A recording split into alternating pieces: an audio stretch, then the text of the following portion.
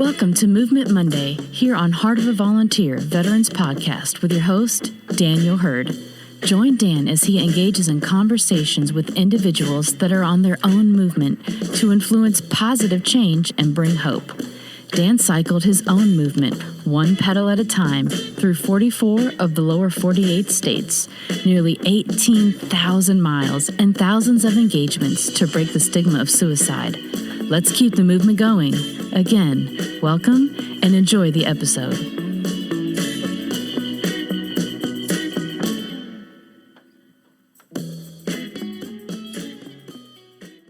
Welcome to Movement Monday. Dan here.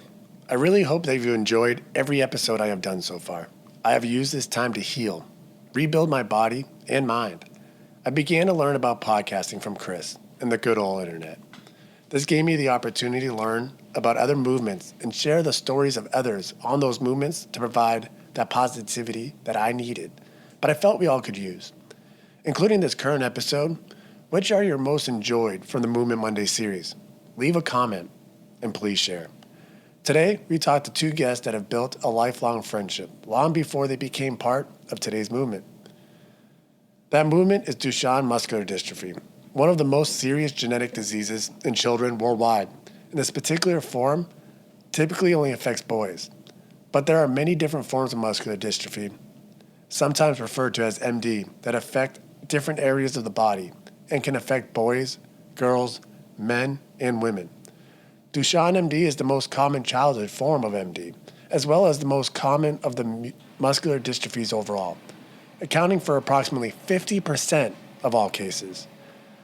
The first historical account of muscular dystrophy appeared in 1830, when Sir Charles Bell wrote an essay about an illness that caused progressive weakness in boys. 6 years later, another scientist reported on two brothers who developed generalized weakness, muscle damage, and replacement of damaged muscle tissue with fat and connective tissue. Yet, until the 1980s, little was known about what caused the disease. Today we hear about how these two friends, Joel Wood, the founder of Foundation to Eradicate Duchenne Muscular Dystrophy, and longtime friend Wendell Moore, the host of the annual music event on behalf of the foundation, got involved. The advancements now coming into play and how they can benefit other diseases by breaking the code on Duchenne Muscular Dystrophy. Joel, Wendell, welcome to the show. Glad to be here, Dan. Thank you so much. It's a real privilege to be here with you. I'm glad that you guys had both the opportunity. It's been a crazy week here in Texas with everything that's been going on. I'm thankful that we have power to be able to do this right now. And everybody's been worried for you guys. I'm in DC right now, and we've got 3 or 4 inches of ice, but nothing to compare to Texas. Who would have ever imagined? So I hope you're doing okay. Oh yeah, we're doing all right. And thankfully things seem to be slowly making progress, but it's one day at a time. And that's all we can do right now. But, Joel, you brought up that you're in the Washington DC, and Wendell, you're in the country music capital of the world, Nashville, Tennessee. So right. you guys aren't in the same place. So how do you guys know each other, and how did you guys become involved in the first place? Great question there, Dan, and thanks for having us be a part of this podcast. 1982, I was actually living in D.C. working on Capitol Hill and moved back to Tennessee to work on a congressional campaign for a guy named Don Sundquist, who was running for Congress, his first time to ever run for office, and was hired as his press secretary. And during the course of that campaign, there was a guy from from Humboldt, Tennessee, that was a reporter for the Jackson Sun that was covering the campaign, and that guy was Joel Wood. So as the press secretary and he was being a reporter covering the campaign, we spent some time together, and I had an agreement with the congressman or the congressman-elect that if he was elected, that I would be his legislative director when he got to Washington, D.C. So he fulfilled that promise, and the obvious question to me, being the press secretary, was, do you have any recommendations for a person to hire as press secretary? And I said, I sure do. The guy that covered it for the Jackson Sun, Joel Wood. And that's how he ended up interviewing for the position and got it and came to D.C. And he and I worked together for about 5 years. During that course of that time, we started a barbecue restaurant that became a chain called Red Hot and Blue, and the rest is history. And then later, a few years, 10, 12 years later, that same congressman came back to Tennessee to run for governor and was elected governor. I then left D.C. And moved back to Tennessee and became his deputy and chief of staff for a few years, and been here ever since. I'm originally from Memphis, but now live in the Nashville area. So good old Nashville. So that's the connection. So yeah, good old Nashville. And you know, you brought up a point earlier. So you guys are both from Tennessee, but politics and lobbying and everything else involved brought you guys both to D.C. And then you guys kind of have kept in touch over all those years. We want you to think, we want your audience to think well of us. So maybe we won't talk too much about the lobbying stuff, but Wendell had the good sense to move back to Tennessee. You're right. He's in the country music capital. I'm in the capital of dysfunction, and you're in the capital of ice right now. I will say, the friendship that we've enjoyed has been such a blessing to our family, and I often ask myself if the shoe were on the other foot, would I be as generous as friends like Wendell and his wife Bettina have been to me and my family? I don't know the answer to that. I'd like to think that perhaps I would. All I know is I'm enormously blessed to have dear friends like him. What do you think? Do you think he would do the same thing for you, Wendell? I do think he would do the same thing, exact same. I don't think it'd be the exact same thing, but he would do something. I know. Well, our families are very, very close. My kids and his kids are extremely close. My daughter, my oldest, when she moved to D.C. to get into politics herself, she was an intern in Joel's office and worked for and lived with him for a period of time. So it's all family to us, and the event that we'll talk about later is a labor of love, not just for me, but for my whole family. Well, hey, so it seems like you guys have had a pretty good friendship since the start. Wendell, we're definitely going to talk about your event, but first, before we do, as you brought up, you've been doing this event for a while, 13 going on 14 years now, in support of Joel's son, James, and the organization, Foundation to Eradicate Duchenne Muscular Dystrophy. But let's first get some history from Joel about what DMD actually is. You cool with that? Sure, and thanks, Dan. Yeah. So in May of 2000, we sat in a little room at Children's National Medical Center in Washington, and we're told that our then 2.5-year-old son, James, had Duchenne muscular dystrophy. Duchenne is a genetic disorder. It is historically, we've called it the world's number one lethal childhood genetic disease, though, as we'll talk about, there have been so many tremendous strides that we no longer talk about this as purely childhood, because while the life expectancy at the time that James was diagnosed was seldom exceeded the late teens. James is now 23, and knock on wood, will have many more years ahead of him. But it's a genetic disorder, Dan, but in our cases, in most cases, it is not a hereditary disease. It's not the kind of thing that you're ever going to get rid of just through good genetic counseling. And it's a devastating disorder insofar as basically James cannot replicate muscle cell walls. And so he has not walked in well over a decade now, and the consequences involve every muscle of the body. But the brain is not a muscle. So he's a wonderful 23-year-old whom we are blessed to have every day. But we also know that we have desperate needs in order to expand his life expectancy. As I said, world's number one lethal childhood genetic disorder, but still a rare disease. Only 1 out of 3,000 boys that have the disorder. It's an X chromosomal disease insofar as women can be carriers, often unknowing carriers of the disease, and boys are afflicted with it. In our case, again, as in almost 50% of the cases, my wife wasn't even a carrier of the disease. So we also have a daughter, completely unafflicted. She's not a carrier either. So we've had to learn a lot about genetics, about about disease, and frankly, the politics of disease as well. And we set our minds to trying to do everything that we can. Everybody, when it comes to your kid, you'll do anything. And Absolutely. we are blessed. My wife Dana and I are both blessed to live and work in an environment where there's a lot of social interaction, a lot of caring people who we know, we've been able to connect the dots on. And so everybody has a finite amount of what I call physical, emotional, and in our case, political capital that they can expend. And so we try to judiciously expend it so that we can raise the most amount of money in charitable contributions.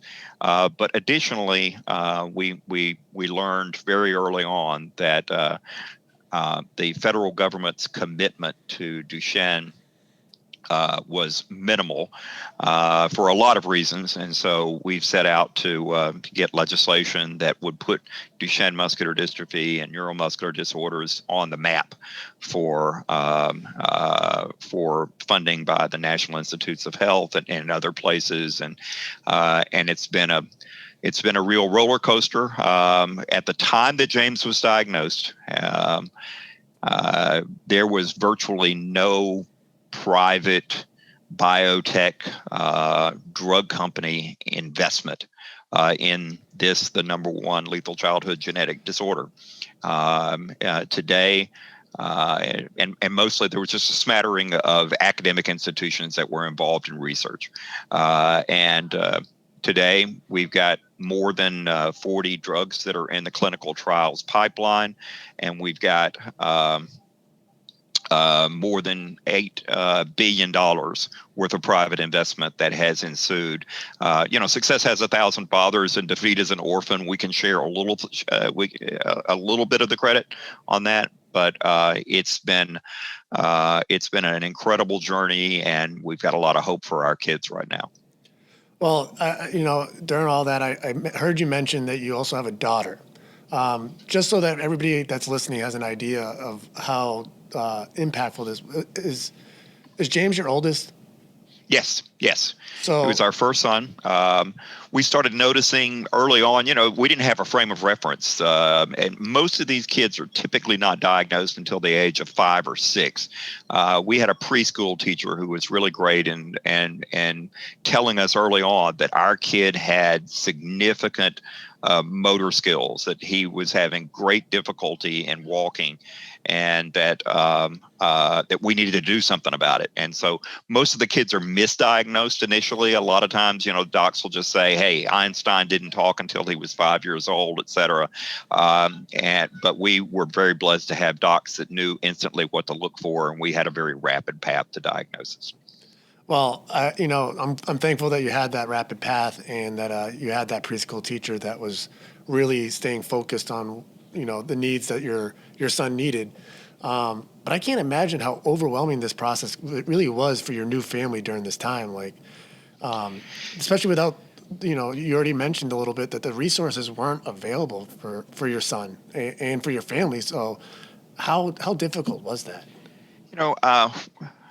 We're enormously blessed that we have personal resources to be able to get James everything that he needs. But one of the reasons why there had been a dearth of scientific research was that from the standpoint of, if we think many of your older listeners will recall the famous Jerry Lewis Labor Day muscular dystrophy telethon. Yeah. And muscular dystrophy being a broader term for more than 70 different neuromuscular disorders, of which Duchenne is the most common and one of the most catastrophic. But most of the dollars that were raised, wonderfully, hundreds of millions of dollars raised through that telethon and through the decades, went to offset the incredible cost of care associated with Duchenne, as opposed to investment in scientific research and lobbying resources. And so what we found was that, we really, historically, we think about federal government spending, which shouldn't be subject to political to the politics of disease, but should be based on prevalence of a disorder, severity of a disorder, the need based on how dire the circumstances are and how expensive the disorder is, and the scientific opportunity. And when we added up those four pillars of what the National Institutes of Health historically have funded, we found that Duchenne was tremendously lacking, partly because we didn't have all of the institutes. We think of Dr. Fauci's institute, for example, allergies and infectious disease, or we think of the National Cancer Institute or the National Heart, Blood, Lung Institute, the National Neurological Disorders that are principally Parkinson's and Alzheimer's and ALS, for example. All of them had been established through political processes down through the decades, and there had just been no political presence. And so as a result, we didn't really have a home at NIH. We were a little bit in the Musculoskeletal and Skin Disease Institute, a little bit in the Neurology Institute, a little bit in the Rare Disease Institute, a little bit in the Heart, Blood, Lung Institute. And as a result, we were in the decimal dust, less than 1/2500th of the NIH budget that was spent on this, the most lethal childhood genetic disorder. And the scientific opportunities were tremendous. This Duchenne, when we think about genetic disorders, many of them, have very complex web of genetic interactions that could be different from person to person. Whereas with Duchenne, readily identifiable flaws on a single gene. So when you think about single gene disorders, you think cystic fibrosis, hemophilia, sickle cell disease, Tay-Sachs syndrome, and Duchenne. Those are among, hemophilia is one. So those are among the 5 or 6 of the most common genetic single gene defect disorders. And all of us are essentially at the forefront of whenever scientists figure out gene therapy, that process of fixing the gene cell by cell by imprinting that genetic fix into a virus that can be transported throughout the body without the immune system either overwhelming it or being overwhelmed by it. And we've still got major hurdles on that, but sooner or later, when we perfect gene therapy, we're regarded as one of the first disorders that will be cured. And that has a lot of consequences for every other genetic disorder. So even if you've never heard of Duchenne, the implications on this, and everyone has concerns about the muscle injury and repair. I know that's certainly an issue for you these last months, Dan. And on implications for corticosteroids, for example. All of these kids are, one of the reasons why my son is still alive today is because he's been jacked up on steroids since the day he was diagnosed. But they have terrible side effects, and our researchers are in the process of unlocking the code for steroids so that we can amplify that anti-inflammatory impact while minimizing the terrible side effects that steroids have. So it really is a disorder that goes beyond this rare subset of those of us unlucky enough to have drawn the short stick in that 1 out of 3,000 boys lottery. Yeah, and you brought up a lot of information that I want to kind of re-summarize real quick. Is one, when you guys were diagnosed, there wasn't a home for Duchenne muscular dystrophy. You guys were, as a whole, muscular dystrophy, MD, was a little bit here, a little bit here, a little bit there, which obviously made it very difficult for funding and the scientific research to help your son and many others out there that are suffering as well. So is that what led to for you to start the foundation to eradicate Duchenne muscular dystrophy? Yeah, by the time we got to that room in Children's National, we pretty much knew what it was going to be. It was about a 3 or 4 step process, and we had sort of ruled out most of the other things. And so, the question that instantly we asked our clinician was, well, where do we go? Where's the lobbyists on this? My wife and I, we are both, I'm a representative for the commercial property casualty insurance brokerage industry sector. I've been in that sector for more than 30 years after having left working for Congressman Sundquist with Wendell many years ago on Capitol Hill. Sort of a typical course for a lot of people that come to Washington to put their years in when they're young and on Capitol Hill, and then get into the representation business. My wife is a lobbyist for a law firm that she's got a number of different clients in the energy and environmental arena and healthcare arena as well. And so I always viewed Washington as one of these places where, and I would defend my profession as a lobbyist, because it seemed to me that everybody had their representatives. Some were better than others. Some were better funded than others. But, in the battles that I would face on Capitol Hill as an insurance industry lobbyist, they were not liberal versus conservative. Sometimes they were. They were not Republican versus Democrat. They were often business versus business. And frankly, every side had well-funded lobbyists. And so my question was, okay, where's my muscular dystrophy lobbyist? And the reality was there was none. And there was a small organization called the Parent Project that was just starting to dip their toes in it. And there was one lone, wonderful mother of a boy with the disease in upper Minnesota, the wife of a rice farmer, who was burning up the telephones and had made friends with the late Senator Paul Wellstone, who was the most liberal member of the United States Senate, more liberal than Ted Kennedy.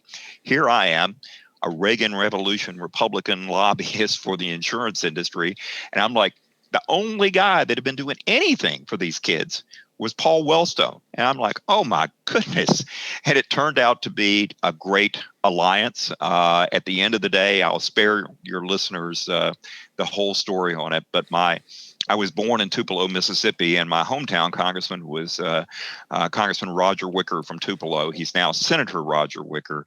And Senator Wellstone introduced, along with Sue Collins and Thad Cochran, but with Senator Wellstone as the lead, introduced the Muscular Dystrophy Care Act on Valentine's Day of 2001. And the corresponding bill on a bipartisan basis was led by Roger Wicker in the House of Representatives. And on the very day that bill was introduced, we got 92 co-sponsors, and everybody told us, good for you for trying, but you're never going to get a disease-specific bill through Congress. What you need to do is just generate a lot of support for it, and sooner or later there'll be some sort of a bigger authorization bill that pops up, and so maybe you'll be able to get some provisions on that. Well, we just ran right on through that and passed the thing almost unanimously in both chambers, and that's where a lot of the billions of dollars of funding have unfolded from there. And that was the start. That was the start for the lobbying for DMD and really the start of your organization as well. Hey guys, let's take a quick break. And when we come back, let's talk more about how things have changed and more about the Foundation to Eradicate Duchenne Muscular Dystrophy. So Movement Monday has moved you. Transform your dreaded Monday blues? But what now? Do you keep this all to yourself, all along, mouthing, "My precious," listening to the episodes in total seclusion? No, you should tell everyone you meet. Every text, add it to the bottom. Share the amazing guests that come on who have given you hope on this Monday. Share and enjoy the rest of the episode. Guys, welcome back from the break. I want to get right into it. Wendell, you've been involved obviously for a long time with Joel, long before his family was conceived or anything like that. But when did you get involved with supporting Joel's movement? Well, shortly after James was diagnosed, and as Joel had indicated earlier, the things that he was going through and trying to find out what was going on relative to research on the disease. Were there any movement or any progress in finding a cure, etc.? When he created the foundation, obviously you create a foundation, you got to raise money. So from the very beginning, I had already moved back to Tennessee by the time James' diagnosis and all that had occurred, and was just like, let me know what I can do, whatever, I'll do whatever. Well, obviously it was great. We need to help raise money. So the very first, Joel put together the foundation, and they retained a local company there that specializes in fundraising for foundations and even political little candidates. The very first, one of the signature event for the foundation has been an event that Joel created called Dining Away Duchenne. I'll let him tell you the details about it, but it started out as just an event to get some chefs come in, and they raise some money and get lobbyists and members of Congress to come. And the very first one actually was scheduled for 9/11, the same day that the towers were hit.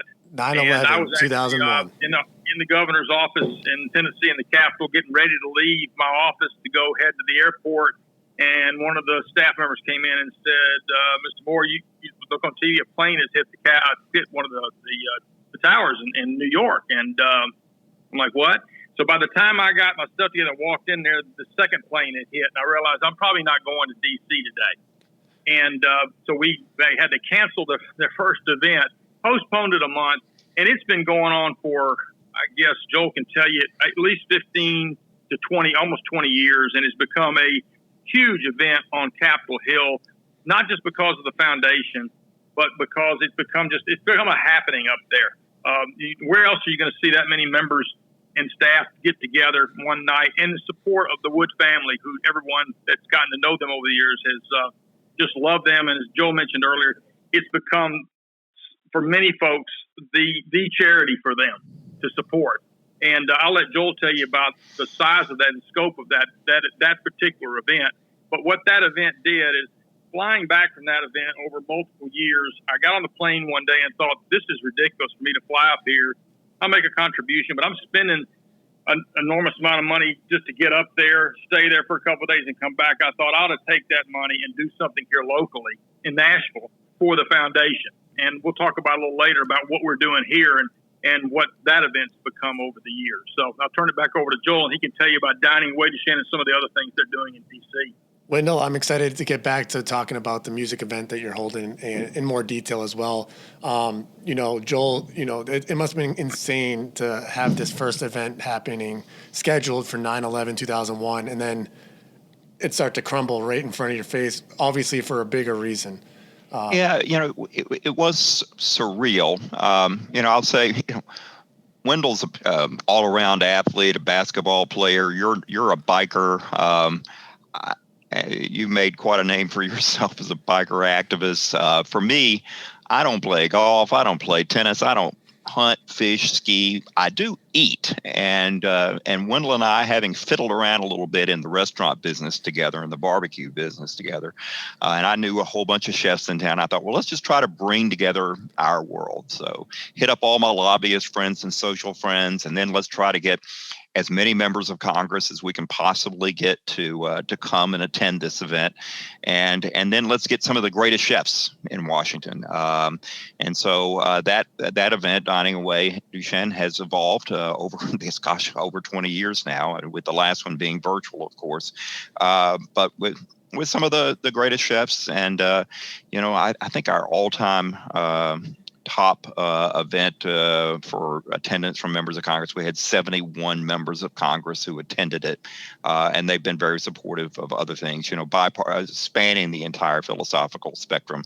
But yeah, for that to have happened on 9/11. That being said, though, it was so weird. I mean, how everybody digested 9/11, because I remember, by 11 o'clock in the morning, we knew we were not going to be doing that event that night. And but yet I got 2 or 3 voice messages the next day from friends who said, Joel, I'm just so sorry. The traffic was so crazy with all these events yesterday. I wasn't able to make it to your event. I'm like, guys, don't worry about it. So we just put it off, and if anything, we actually wound up. People were so generous. We wound up raising more than $600,000 on that particular event, and that's grown every year since then. But That's amazing. yeah, it was surreal, and but also incredibly gratifying. I will add the second dying away, Duchenne. Wendell was close friends with the late great Isaac Hayes of Shaft fame and so many other great hits, and Wendell brought Isaac Hayes to our event, which is a surreal thing for lobbyists and congressional staff members and members of Congress to see Isaac Hayes in full dashiki coming into our event. And I got to, one of the great fantasies of my life, I think most people just looked at me completely mystified, probably including Isaac as well. But I got to say from the lectern, who's the black private dick that's the sex machine to all the chicks? But most of our white bread audience just really didn't get it that much at all, but really gratifying. Oh, I bet. So it sounds like things have become really positive and really impactful, since 2001. You're coming up on probably the 20th annual event for the dinner. But why is this so important for the people that are going to these dinners that, obviously know you, but don't have any connection to DMD? But also, why is it important for others to pay attention to it? One of the things that I learned real early on, Dan, I remember in one of the 2 or 3 weeks after James was diagnosed, and sort of assessed the situation, and there was a bill called the Children's Health Act of 2000 that was going through Congress, and I was really late to the game, and there had been nobody on the neuromuscular front that had been engaged in this, and this bill had all kinds of different provisions for all kinds of disorders, and I remember going in to see a staff person for the top staff person for Ted Kennedy, and she was actually lovely and very professional, and I'm an emotional wreck. I mean, I am just completely screwed up. I've been told, the most unnatural thing that a parent can ever be told, that, that notion that you could outlive your own child. And so, I was armed with all of those facts about, the prevalence, severity, need, the opportunity, and how we needed to get in this legislation. And I remember I'm getting very emotional, but she wasn't. And, with the benefit of hindsight, I realized, my God, there are so many terrible disorders. I even, James we've had a lot of hospital visits, and he's been treated at Children's National Medical Center here in Washington, at Cincinnati Children's Hospital, at Johns Hopkins, and other places. And honestly, Dan, there are times when we're in the hospital and we're just, joking around with our son and moving around from the pulmonologist to the cardiologist to the ophthalmologist to the endocrinologist. I mean, you name it. We see every specialist that there is, because muscular disease is all encompassing. But there have been times that I've said to myself, like, when you see so much suffering, you think, my God, thank God, all my kid has is muscular dystrophy. And so, there's the compare and contrast business isn't good for anybody. I'm a big believer in Rabbi Kushner's book, When Bad Things Happen to Good People. We've just been blessed to have the means and the contacts and the friendships to be able to impact this legislative world and the philanthropy world. And for us, it's all about leverage. And as I noted before, the impact is so much more broad. For example, we've found some synergies with no less than the Department of Defense. Post Iraq, Afghanistan, IED injuries, the number one funder of research into robotics, for example, is the Pentagon. well, gosh, robotics has a lot to do with muscular dystrophy, and there's a tremendous synergy there. And we found those synergies. At the end of now that the life expectancy is unknown. It was a very predictable trajectory when James was diagnosed, insofar as life expectancy. More than 80% of these kids were gone by the age of 21. And I mean, it was, unlike a multiple sclerosis, for example, where people can die in their 30s or 40s, or they can die in their 90s, this was a very predictable trajectory. Now, with the advances in corticosteroid treatments and other drugs that have been repurposed from other disorders, we've learned so much more about how to sort of slow down the trajectory. Not a cure yet, but a lot of therapies that are out there. So what fails now? At the end of the day, now it's all about preserving James's heart strength, because the heart is a muscle as well. And so we have that. There's so much here that matters to everybody else. And honestly, I can't talk to you, Lieutenant Dan, and knowing your cause and your organization and all of the people that you've worked with, without acknowledging as well the mental health toll that this takes.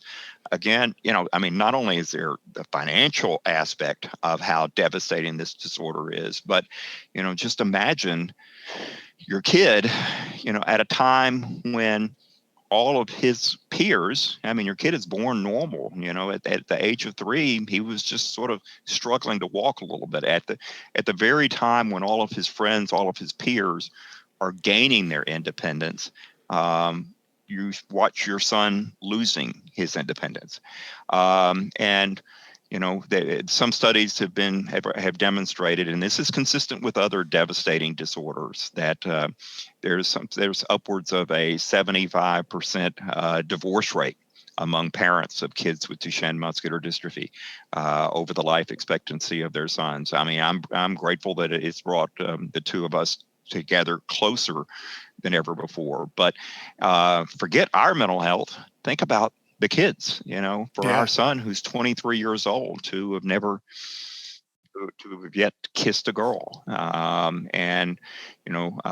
So it's been, it's an enormous responsibility and the greatest blessing of my life to be his caregiver.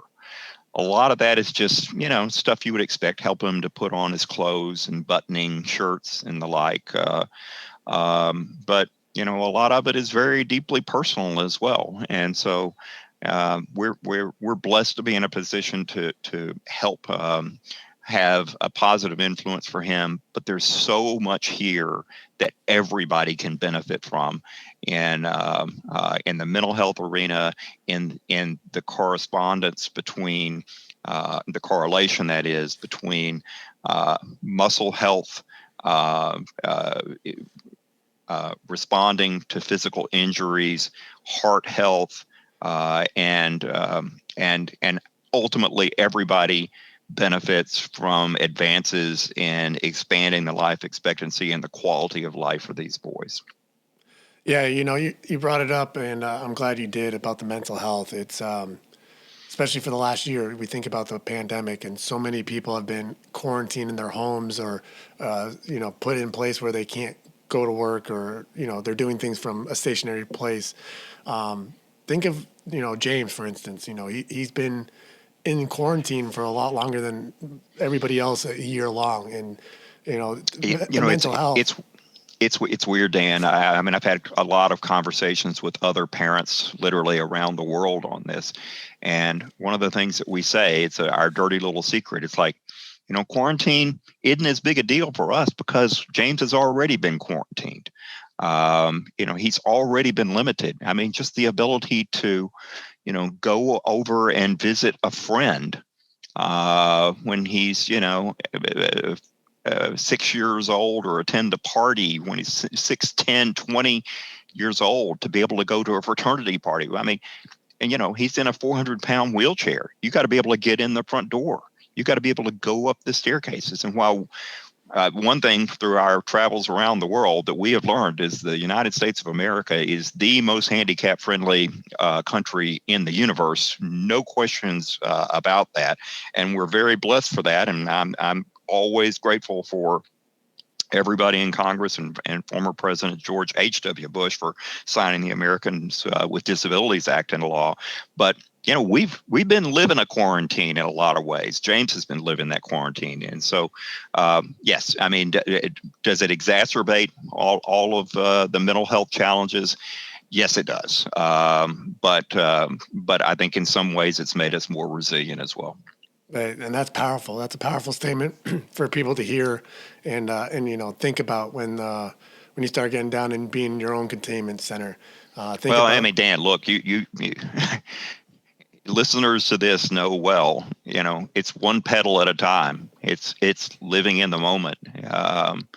And certainly when it comes to those very complex emotional consequences of disorder this devastating, we all have those moments that I know you've shared of telling everybody that you're fine, but deep down just having no idea how to change your life, and you tend to want to fast forward everything.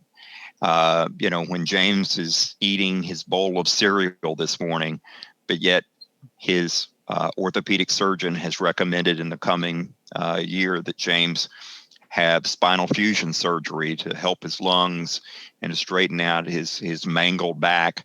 But yet once he has that surgery, he won't, now I can fix him a bowl of cereal, but he can still use the spoon to get it to his mouth. He won't be able to do that anymore. So, but you've just got to live in that moment, right pedal, left pedal, and then do everything that you can, as you have, to try to make it better for those who come after us.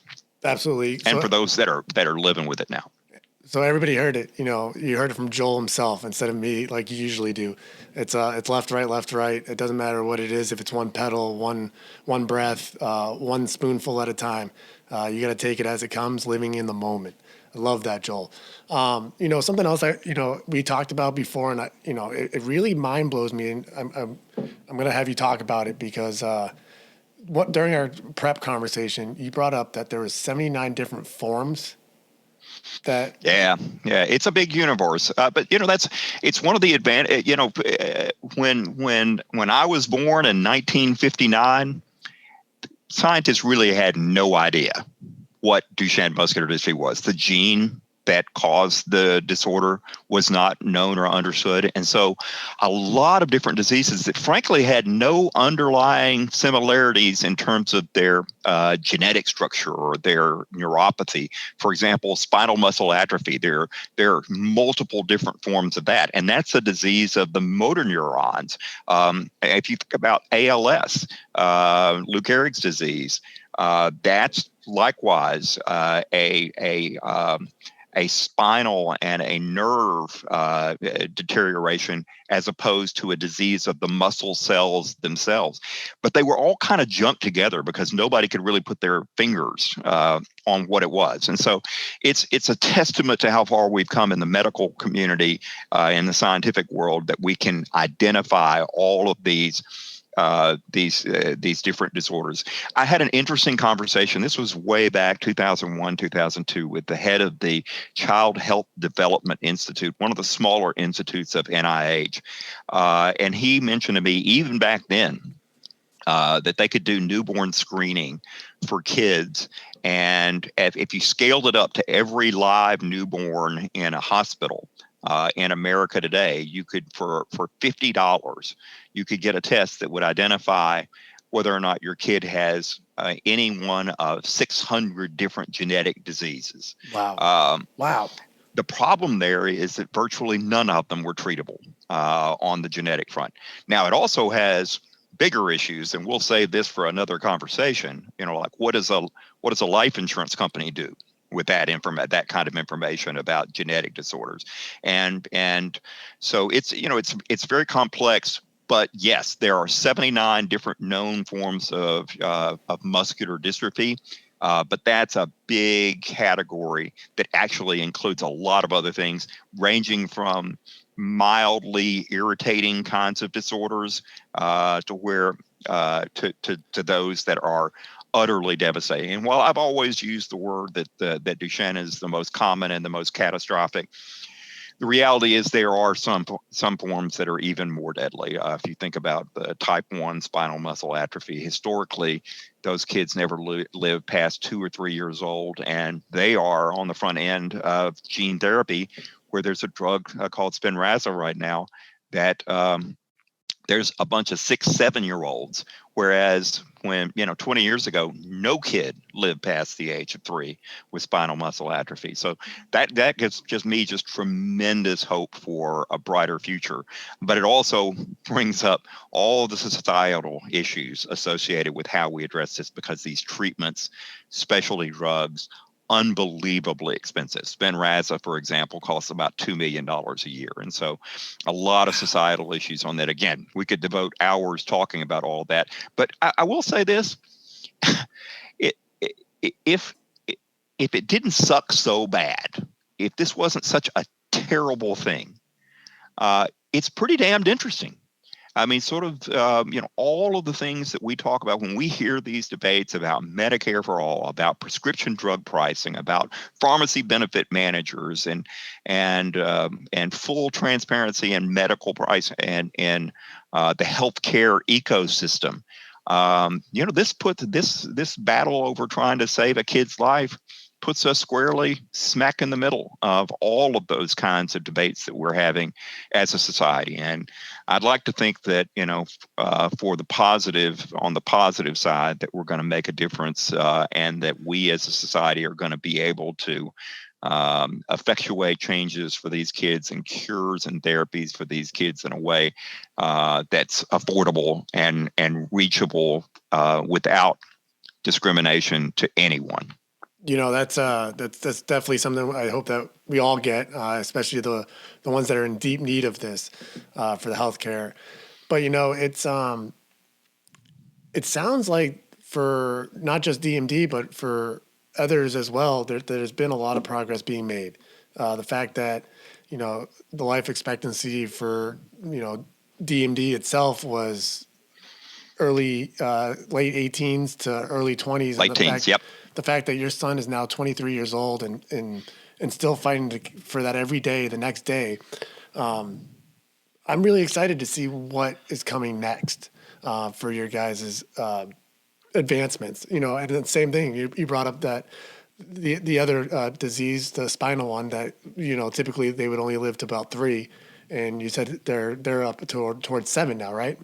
Yeah, it is astonishing, and one of the I'll just highlight one thing that I'd like to think that we had we made a difference on this. So our top scientific advisor, I was just blessed. This was a total coincidence that the guy who was the scientist who discovered the dystrophin gene, as in muscular dystrophy, when he was a 26-year-old postdoc researcher at Harvard in the mid-1980s, when Wendell and I were just goofing off on Capitol Hill.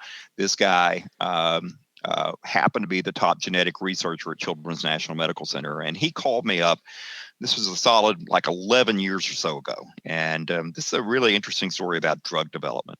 And he said, look, one of his top colleagues forever, as I noted, one of the reasons why these kids are living longer is because they're jacked up on corticosteroids. And I don't know, Dan, when you had your terrible accident, whether they put you on prednisone, but we think about, virtually everybody has had some sort of an experience, whether it's just a real bad case of allergies to, life-threatening injuries, where prednisone has been used. It's been out there for 50, 60 years. It's a nickel a pill, but as I noted earlier, terrible side effects. And forever, scientists have never really understood the molecular action of how prednisone works. And if they could figure it out, then they could build a compound around how to amplify the anti-inflammatory impacts while minimizing the side effects, as I said earlier. And so my guy called me up and he says, my colleague Raju, I think he's broken the code. Can we pop him $50,000, which is nothing? Can you just pop him $50,000 so that because he doesn't have any grants for this? It's a very novel theory. Well, flash forward more than a decade later, this drug called vamorolone. And I just hope your listeners will remember 2 or 3 years from now that just in the far recesses of their memory, that they heard some dude talking about a drug that would replace prednisone. This drug is it's in phase 3 clinical trials, first in kids with Duchenne. But as you know, prednisone impacts every disease that needs an anti-inflammatory. And the Duchenne kids are going to be the first in line. And within, my researcher will tell me that it's going to happen in 2022. I think the pace of scientific research is very expensive and very trudging. And we have learned that with the miraculous development of the vaccine for COVID. But it's going to be approved within the next couple of years. And I'm hoping that all of us are going to look back 5-10 years from now and say, what in the hell were we ever doing taking an awful drug like prednisone when this one is so much better with so far fewer side effects? And so, that's just one good example of the kind of really exciting developments that are going to occur. But my final little factoid on this, and this is one of those things that that hits you hard. And again underscores how miraculous it is that we're all fighting to get that vaccine right now and only a little over a year's time, is that the path from a novel compound, which is where we were with this particular drug 11 years ago, the path from novel compound to the marketplace and being approved by the FDA is more than a decade long, is more than $1.5 billion, with a 97% fail rate. And so drug development is exceptionally expensive and very tricky. And frankly, that's why it's hard to get people to invest in it with a fail rate like that. I mean, if you are Pfizer, it's a lot more productive. And look, we're all for Pfizer right now. We all love them for what they're doing, saving civilization. But, it's a lot more cost effective to find a better Viagra if you're Pfizer than it is to invest in something that has a 97% fail rate. So that's an exciting development. It carries over in so many other areas. And all these questions, at the end of the day, Dan, it is about individualized genetic medicine.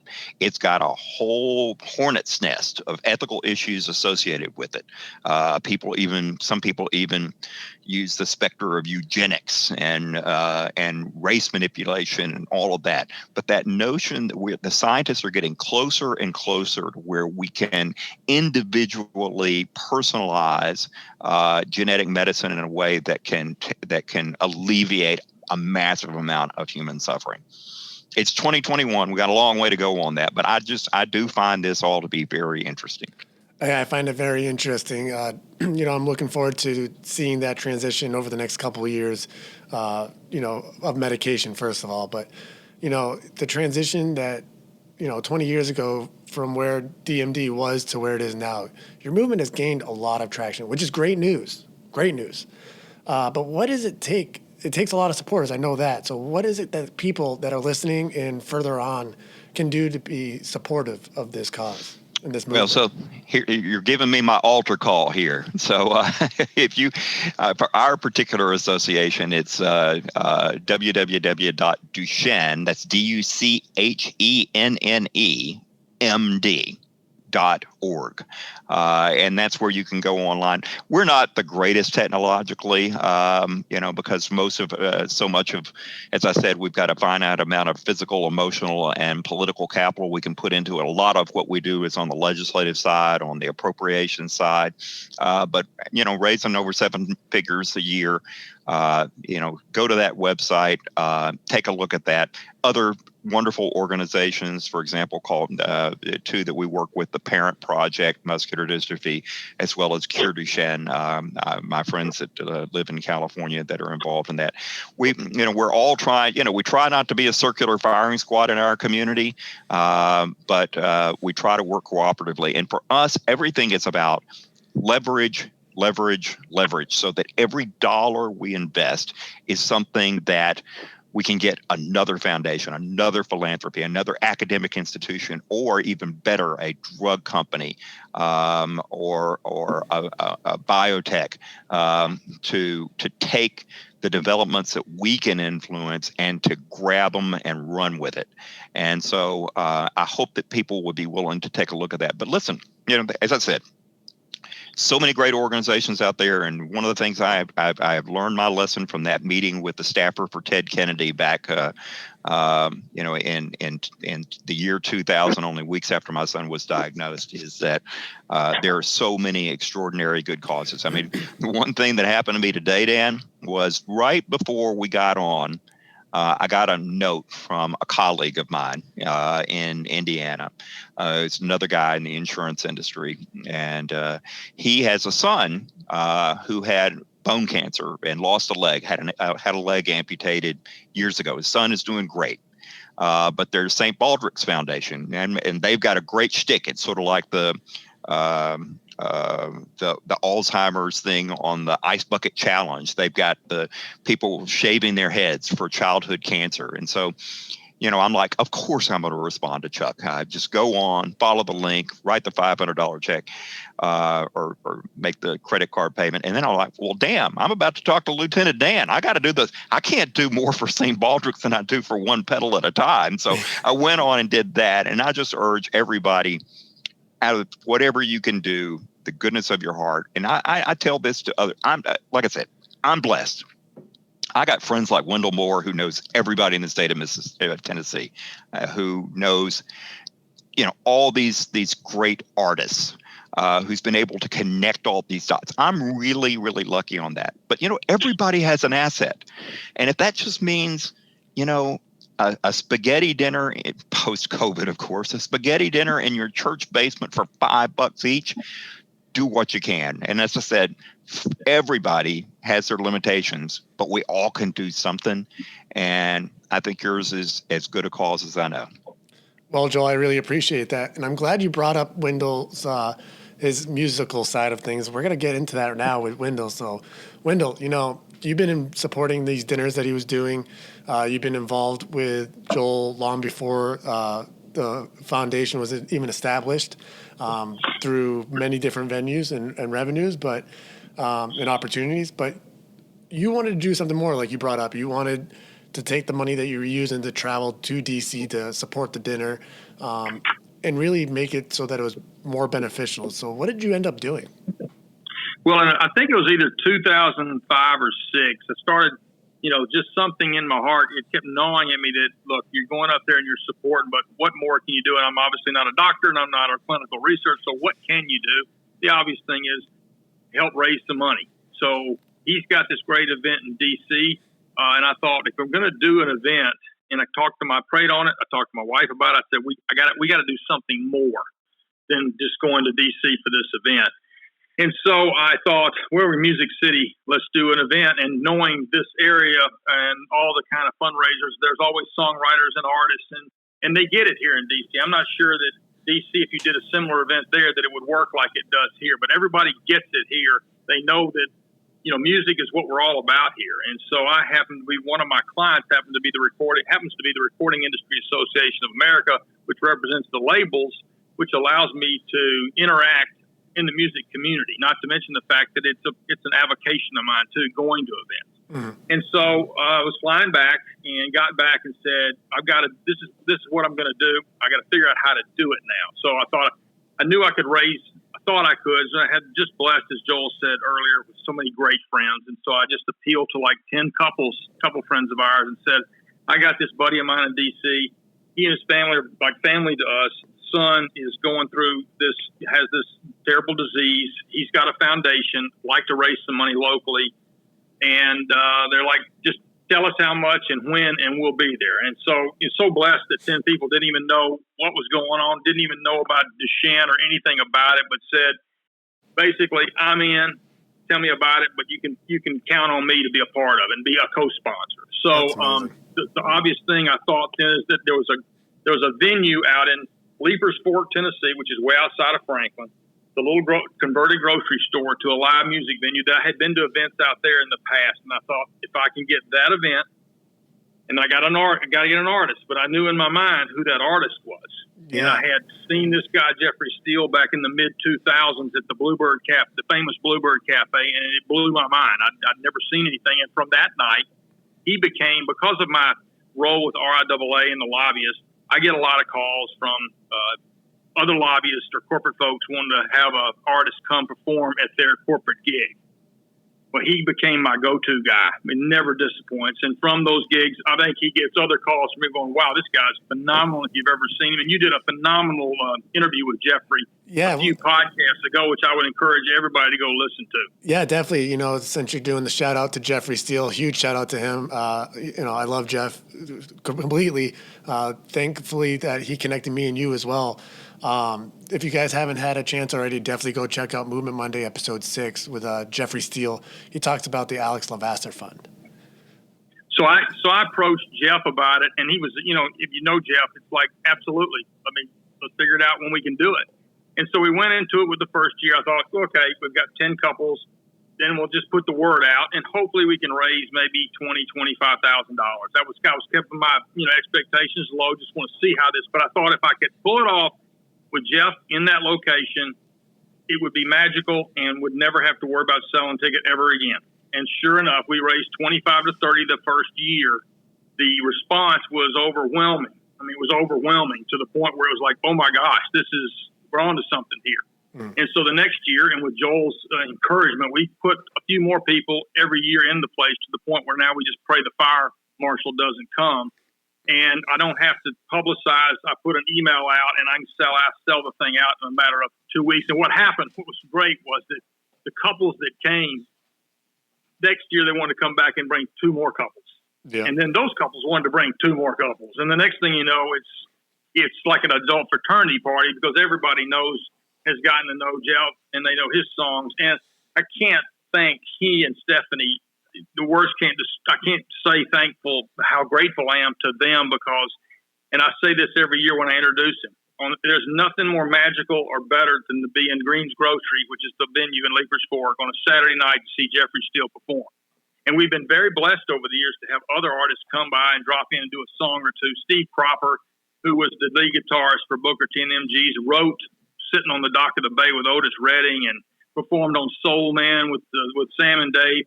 He's come a couple of times. A few years ago, we had Jason Sheff, who's the lead singer of Chicago, come perform Will You Still Love Me tomorrow? Will You Still Love Me? But at that night, and came on stage with Jeff and performed.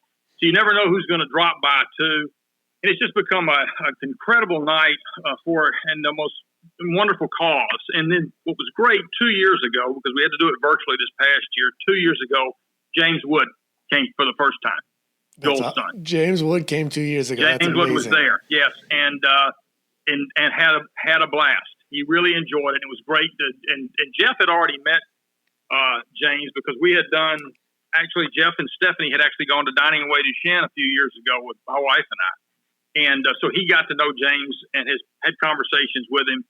And then this year with the virtual event, James actually did the introduction, Jeffrey. That's and amazing. was really funny in the introduction. And I'll give you on YouTube, the event from last year is you can still go to YouTube and view it. And he introduces, and part of his introduction was beautiful. It's like, after getting to know Jeff and listening to his music, he's now right next to Lil Wayne on my playlist. Nice. That's awesome. So, yeah. I can't, so now the thing is, though, what I was going to say is, so that first year we raised $30,000. In 2019, we raised over $80,000. That's beautiful. At the one event. Now, keep this as an event. This is a venue that doesn't seat more than 100 people, and we cram about 150 in there. And then it's like I said, I give all the credit to Jeff. He makes that night special every year, and the fact that he now knows the families. In fact, Joel's daughter and Dave Heil, who's another one of Joel's friends and partners at the foundation, he's on the board there as well. His son has Duchenne. The 2 girls, and they've been doing this dance since they were 8 years old. They get up every year and sing Jeff's song, My Wish, with Jeff. That's amazing. Dedicated to their brothers, their older brothers. Yeah. And so, like I said, it's a labor of love for my wife and I. It's gotten bigger and bigger every year. And now we do a party at our house on Friday night. We have a top songwriter come in. So it's a whole weekend. It's kind of like the Foundation to Eradicate Duchenne Nashville weekend, and the headliner of the whole thing is Jeffrey Steele. And like I said, I can't thank Jeff and Stephanie enough for their support. And they've gotten to know Joel and Dana and the crowd, and they're wonderful people, and they become great friends. And I would be remiss if I didn't mention Jeffrey Steele and Friends coming up in about 3 weeks. Their foundation that we help them with, and I think that's the beauty in all this. We're all helping each other and making the world a better place. Absolutely. And then also helping kids, whatever their challenge is in life. These foundations that Jeff and Stephanie run theirs, and then Joel is his. I'm just blessed. My wife and I are just truly blessed to have them as friends, and also be able to contribute and help them out with their fundraising efforts. Absolutely. Again, for everybody out there, definitely check out episode 6 with Jeffrey Steele, and check out Jeffrey Steele and Friends. That's coming up next month, in the month of March. So definitely, if you haven't already, get your tickets for the virtual event. But with your event, you did virtual last year. Are you planning on doing it again virtually this year so people can? Well, we're going to see how the COVID thing turns out, but I'm hopeful we can do it in person again. This would be our 14th year when and keep in mind, this has been Jeff's headline this thing every single year. In fact, I wanted to mention, if those that are interested after hearing this podcast, if you go to YouTube and just put in the Foundation to Eradicate Duchenne, that's DUCHENNE, Jeffrey Steele, it'll come right up and you can click on it. Yeah. And you can see the event from that night. And we'll do it even better so that people actually go and see it. We'll put the link in the description during the episode. Oh, great. Okay. So you can see James Wood's introduction. Yes, we'll get to see that. And, I'm looking forward to seeing it continue and continue to get stronger, and to get this foundation to continue to gain traction. I'm really looking forward to what's coming in the future as well. Hey, if I could just mention real quickly, Dan, just a couple of final notes on Jeff Steele. I'm so humbled to connect all these dots between Wendell, with you, with Jeff, and what Stephanie and Jeff have endured with the loss of their son is literally unimaginable for me. But just a couple of quick things. Wendell mentioning James coming to the events for the last 2 years, the virtual one and the one at Green's Grocery. Wendell's a tough guy, great athlete. At this event every year is a former NFL player, a colleague of mine. She could bench press me. She's only 120 pounds, and she's the toughest woman ever. Wendell's best buddy, Steve Hanno's mixed martial arts guy, but the toughest kids that have ever strolled into Green's Grocery in Leapers Fork, Tennessee, were when James Wood and his best buddy Alex Heil, also coming in the wheelchairs a couple of years ago. The one thing about Jeff that's amazing, that everybody who is a fan of his agrees on. Here's this guy, he did Stick That in Your Country song for Eric Church most recently. Scores of top hits for all of the major names, but everybody agrees he performs them all better than the artists who made them famous. And then my last comment on that is that several years ago, a mutual friend of ours came down from D.C., and his daughter was a senior in high school. And so he brought her with us to this show to see Jeffrey Steele for 2 or 3 hours, rocking it out in Leapers Fork, Tennessee. And he asked her the morning after, "So what did you think about that?" And she said, "Dad, I didn't know that old people could rave." So we've had a lot of fun. We're incredibly blessed. And that's, there's nothing more fun than rocking it out with Jeff Steele. Absolutely. I can agree with that, especially as luckily all three of us know him. But hey, gentlemen, it's been a pleasure to have you both on the conversation and to talk about Duchenne muscular dystrophy. But we're going to have to wrap it up. So something I do is let the guest typically close out the episode. So we already talked about it beforehand. So Joel, we're going to let you close it out. In case you didn't know, me and Wendell made a decision for you. So we're going to give you the opportunity to talk to the listeners directly. Go ahead.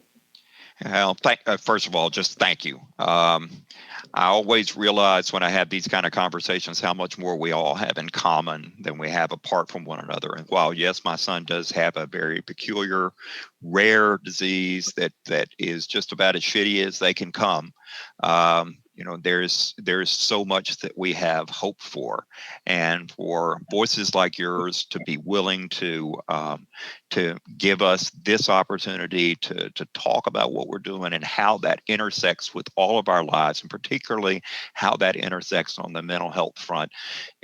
Knowing, I don't want to end on a sad note, but one of the things that happens with Duchenne is, and thank God, when James was diagnosed, Dana was 9 months pregnant with our daughter. And we already knew it was a girl, so we knew she wasn't going to be afflicted. And it turned out she wasn't even a carrier either. But a lot of times, people will have more than one son because they typically aren't diagnosed until 5 or 6 years old. And if the mom is a carrier, and I know, 2 kids, one of them, a 17-year-old and a 14-year-old with Duchenne, and the 17-year-old passed away, and the 14-year-old just willed himself away at 14, having lost his brother. There's so, it's one thing to fix these kids and help sustain them and to give them a greater life expectancy and improve their quality of life. But the implications for all of us, and particularly with respect to the mental health implications, is profound. So again, I'm just grateful for this opportunity. Just get out of that ice storm, stay safe, Dan, and hopefully get you back up on that bike before too long as well. Thank you again for this opportunity. Thank you, guys. I appreciate it. You guys have a great day. Thanks, Dan. Appreciate it.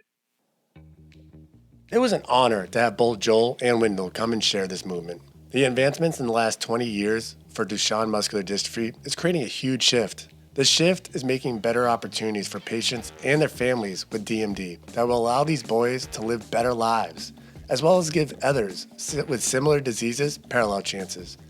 Duchenne muscular dystrophy is in a transition process, and I look forward to seeing the results take shape in the years to come. Our lives are a story of transition. We are always leaving one chapter behind while moving on to the next. That leads me to our next transition. I have been healing, and with that, I am getting every day a little closer to being back on my mission, which means the series will be changing. Next week, we will do a host chat to discuss the transition from Movement Monday to Friends from the Road in preparation for the next chapter. I have enjoyed the opportunities I have been given, and these new skills will be used as I continue, one pedal at a time, towards my own movement. Till then, reflect on the Movement Monday series and be prepared for the next chapter. Have a great week, everyone.